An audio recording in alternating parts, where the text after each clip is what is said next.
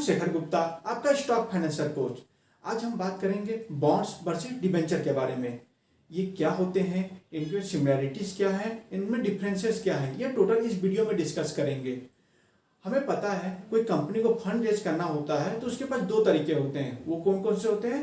Equity financing and डेब्ट financing. अगर equity financing में क्या आता है आपका, अगर किसी कंपनी को फंड रेज करना है तो वो अपना 100% शेयर जो रहते हैं उसे कुछ परसेंट कितने आईपीओ के थ्रू मार्केट में कितने डाइल्यूट करती है। मान लीजिए 100% शेयर है, वो अपना 10% शेयर कितने आईपीओ के थ्रू मार्केट में डाइल्यूट कर रही है, तो उसके पास 90% शेयर बचा। वो 10% शेयर वो पब्लिक को प्रोवाइड कर देती है और उनसे कुछ फंड रेज कर लेती है। वैसे दूसरा होता है अपना डेब्ट फाइनेंसिंग। इसके थ्रू कोई कंपनी बैंक के पास जाती है, उनसे लोन लेती है और बैंक उनको कोई फिक्स इंटरेस्ट चार्ज करती है और वो हाई अमाउंट में रहता है। तो इसके लिए वो कंपनी क्या करती है कि अपना बॉन्ड या डिबेंचर इशू करती है। वो बॉन्ड और डिबेंचर पब्लिक के लिए इशू करती है और पब्लिक उन्हें कुछ पैसे प्रोवाइड करती है उस बॉन्ड और डिबेंचर के रूप में। तो बॉन्ड्स जो आपके होते हैं लगभग 5 साल के लिए अवेलेबल रहते हैं और आपके डिबेंचर 7 साल के लिए रहते हैं। ये अप डाउन होते रहते हैं, वो कंपनी टू कंपनी डिपेंड करता है।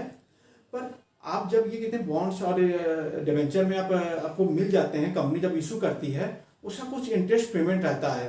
वो कैसे रहते हैं उस चीज़ को हम समझते हैं। और दूसरी चीज़ हमें ये देखनी है इनमें सिमिलैरिटी और डिफरेंस क्या है। पहले सिमिलैरिटी देख लेते हैं, फिर उसके बाद टोटल चीज़ों को समझते हैं। जिस तरीके से बैंक किसी कंपनी को लोन इशू करती है तो वो फिक्स इंटरेस्ट फिक्स टाइम के लिए इशू करती है, उसी तरीके से अगर कोई कंपनी आपको बॉन्ड्स या डिबेंचर इशू कर रही है तो वो भी आपको fix interest rate fix return के साथ और फिक्स टाइम पीरियड के लिए प्रॉमिस करती है, उस हिसाब से प्रोवाइड भी करती है। पर हमें पता है कि वो इंटरेस्ट जो पे करती है कंपनी आपको बॉन्ड्स और डिबेंचर के लिए, वो कैसे पे करती है इसके बारे में जानते हैं। वो कंपनी कहते हैं आपको हर साल भी पे कर सकती है, या कहते हैं सीधे एक अगर बॉन्ड आपने लिया है 5 साल का तो 5 साल के मैच्योरिटी के बाद ही आपको टोटल इंटरेस्ट पे किया जा सकता है। या आपने डिबेंचर लिया है कहते हैं 7 साल का तो वो 7 साल के बाद ही टोटल पे किया जा सकता है, या हर साल कहते हैं कंपनी अपना आपको टोटली इंटरेस्ट पे कर सकती है। चलिए अब इससे कुछ डिफरेंस के बारे में जान लेते हैं। बेसिकली जो आपके बॉन्ड्स रहते हैं वो सिक्योर रहते हैं, मतलब सिक्योर लोन की तरह रहते हैं। इसको एग्जाम्पल के थ्रू समझाता हूँ। आप मान लीजिए कहते हैं होम लोन लेने जाते हैं बैंक के पास, तो बैंक क्या करती है आपका कहते हैं जो जमीन रहती है या होम रहता है उसको गिरवी रख लेते हैं, कोलेक्टर के फॉर्म में रख लेती है कि अगर आपने कहते हैं वो चीज़ें बैंक आपको डिफॉल्ट करते हैं या कहते हैं अपना टाइम पे इंटरेस्ट पे नहीं करते हैं तो वो बैंक के पास ये अधिकार रहता है कि आपके प्रॉपर्टी को सेल करके अपने पैसे वापस ले ले।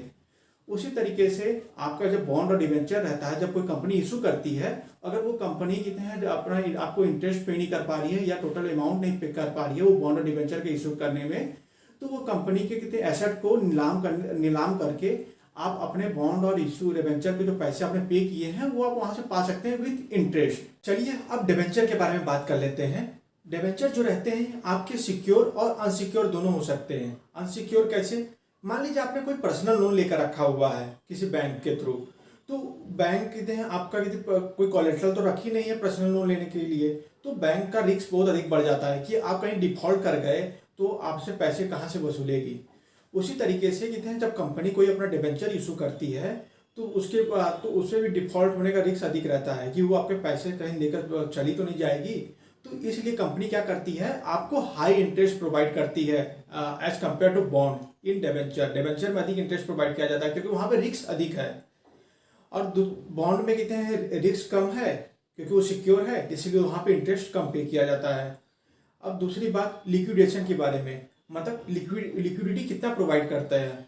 मान लीजिए कोई बैंक का दिवालिया निकल रहा है, वो अपने लॉसेज नहीं भर पा रही है और कहते हैं आपका जो पेमेंट है वो इंटरेस्ट के साथ नहीं पे कर पा रही है, तो उसके लिए कहते हैं जब उसकी कहते हैं दिवालिया निकल जाएगा, बैंक जब बैंकरप्सी उसे डिक्लेयर कर देगा तो पेमेंट पहले किसका होगा, बॉन्ड्स वाले का कि डिबेंचर वाले का। आप जान रहे हैं बॉन्ड्स जो सिक्योर्ड है और डिबेंचर अनसिक्योर्ड है, तो जो सिक्योर वाला लोन जो उन्होंने प्रोवाइड किया है वो पहले प्रायोरिटी दिया जाएगा एंड डिबेंचर को सेकंड प्रायोरिटी दिया जाएगा। और दूसरा क्या डिफरेंस है आपका, कन्वर्टेबिलिटी, मीन्स कन्वर्ट होता है कि नहीं। देखिए आपका जो डिबेंचर रहता है वो कन्वर्टेबल अनकन्वर्टेबल दोनों होता है। क्यों? क्योंकि उसे आप जैसे मान लीजिए आपको कोई कंपनी ने डिबेंचर इशू किया है तो आप उसे शेयर में कन्वर्ट कर सकते हैं। जितने भी कितने डिवेंचर होल्डर हैं वो अपने शेयर कितने कंपनी के थ्रू अपने डिवेंचर कंपनी के थ्रू शेयर में कन्वर्ट कर सकते हैं। ये फैसिलिटी अवेलेबल है।